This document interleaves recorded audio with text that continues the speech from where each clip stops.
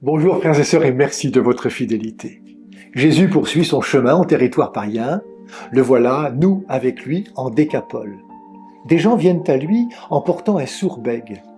En cette terre non juive, on découvre pourtant des cœurs capables de compassion, des hommes et des femmes sensibles à la souffrance de leurs semblables. Jésus décide alors de le prendre à part, à l'écart de la foule. C'est que la foule cherche souvent le spectaculaire, le bruit, le buzz. Mais pas Jésus. Lui prend la vie au sérieux, surtout lorsqu'elle est blessée. Cette mise à l'écart révèle quelque chose d'essentiel. Dieu n'agit pas en masse, il rejoint chacun. Il distingue chaque visage, parle à chaque cœur, écoute chaque prière. Aux yeux du Seigneur, nul n'est anonyme, chacun est unique. Cet homme sourd est aussi bègue. Ce détail évoque un autre bègue de l'Écriture, Moïse. Lui aussi se trouvait maladroit de parole, mais c'est pourtant à lui que Dieu confia la mission de parler en son nom. Quand Moïse dit « Seigneur, je ne suis pas doué pour la parole », Dieu répond « Va, je serai avec ta bouche et je t'enseignerai ce que tu devras dire. » Et le prophète Isaïe annoncera un jour « Dites à ceux qui s'affolent, soyez forts, ne craignez pas, voici votre Dieu qui vient vous sauver. » Alors le boiteux bondira comme un cerf, et la bouche du bègue criera de joie.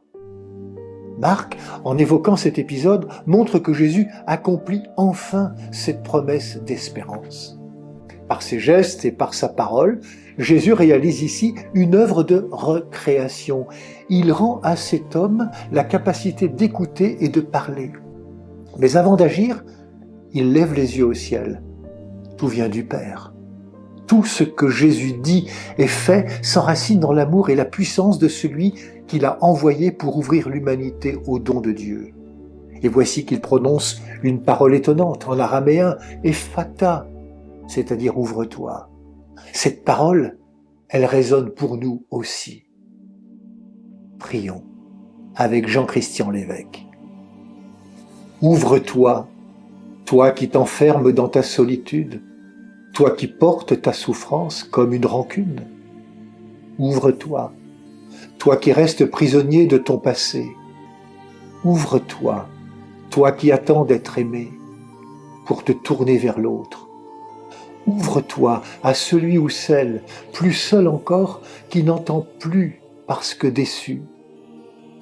Ouvre-toi à la nouveauté que Jésus te propose. Ouvre-toi surtout à la parole de ton Dieu, celle qui te donne force et liberté, et qui, si tu le veux, agrandit chaque jour l'espace de ton espérance. Amen. Bonne journée à toutes et à tous. Prenez bien soin de vous et des autres.